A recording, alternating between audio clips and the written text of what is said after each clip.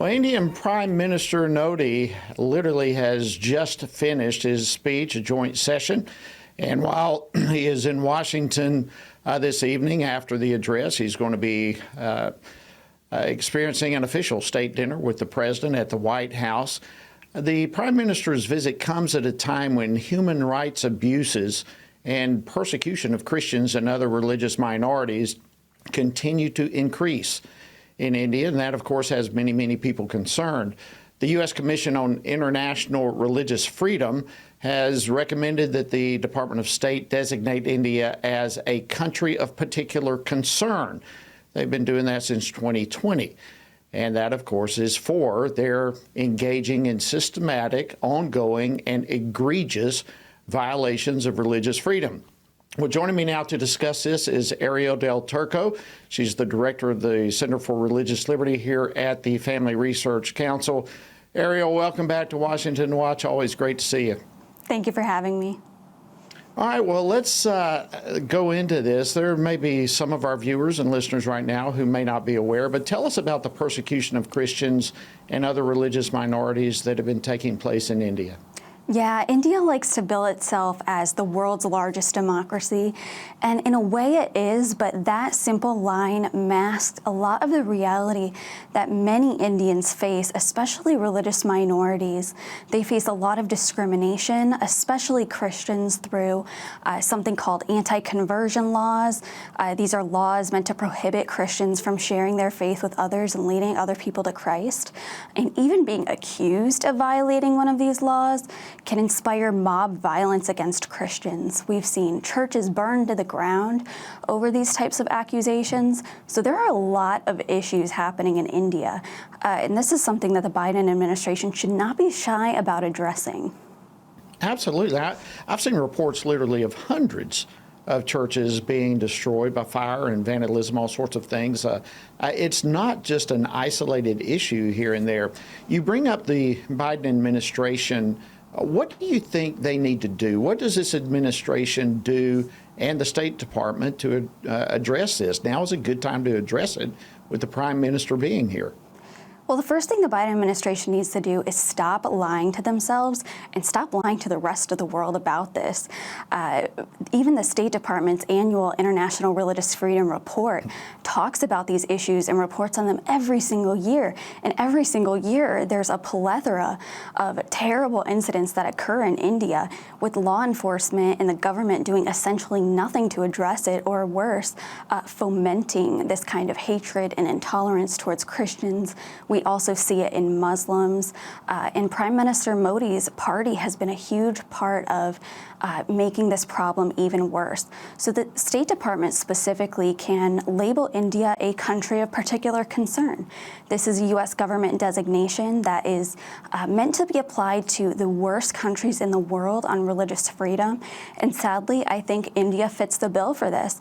And as you mentioned in your introduction, the U.S. Commission on International Religious Freedom also agrees that India deserves to be labeled a country of particular concern. I think this is a bold step that the Biden administration could take. However, given what happened today with President Biden and Prime Minister Modi, I just don't think the Biden administration is there yet. Yeah, I don't either. You know, and it's particularly, I know when I was in Congress, there was an American pastor who had gone to India for a mission trip. And he ended up being arrested while there. Brian Nairn, I'm sure you probably remember this, was there for 7 months and had some very serious issues right here at his own home. And our office was heavily involved in trying to help him. But ever since then, I personally have been extremely aware and concerned of the religious persecution taking place in India. There were some Democrats today actually protested because of the persecution of Muslims in India. I want to play a couple of clips for you. Earlier this afternoon, both President Biden and Prime Minister Modi were asked about the targeting of religious minorities in India. I want to play both of their responses and get your take on each of them. First of all, let's begin with President Biden. Here's his response. There's an overwhelming respect for each other because we're both democracies. And it's a common democratic character of both our countries that and our people, our diversity, our culture, open, tolerant, robust debate. And I believe that we believe in the dignity of every citizen. First of all, let's begin with the president. Your thoughts?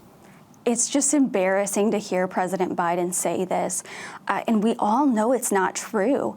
The New York Times has reported very extensively about Christian persecution in India. The Washington Post has. This is in mainstream media. There is no excuse for President Biden to basically get up there and be making excuses for the Prime Minister of India. I understand that there are strategic reasons that we would want to maintain a relationship with India. However, that doesn't have to come at the cost of lying about authoritarian leaders in other parts of the world. Well said. And the Prime Minister himself either is extremely ignorant of what's happening in his own country or is deliberately lying when he says there's absolutely no type of persecution like this whatsoever in India. How do you respond to him? Yeah, I mean, I'm glad he was even faced with this question. He notoriously dodges questions like this in his home country. Often reporters aren't even allowed to direct questions to him. So it was good to see him have to answer. However, his answer essentially says nothing. It's totally a lie, totally bluffing. It's embarrassing that the president essentially agreed and imitated the exact same talking points that he did. It's just shameful in so many ways. And I think the religious minorities who are suffering in India deserve so much better than this. Absolutely. We have so many Christian brothers and sisters in India who are facing tremendous persecution. I know you would join me in encouraging believers here to pray for and to support them in every way that we can. Arielle Del Turco, thank you so much for keeping us up to speed on this issue. And it's an honor to have you on Washington Watch this evening. Thank you.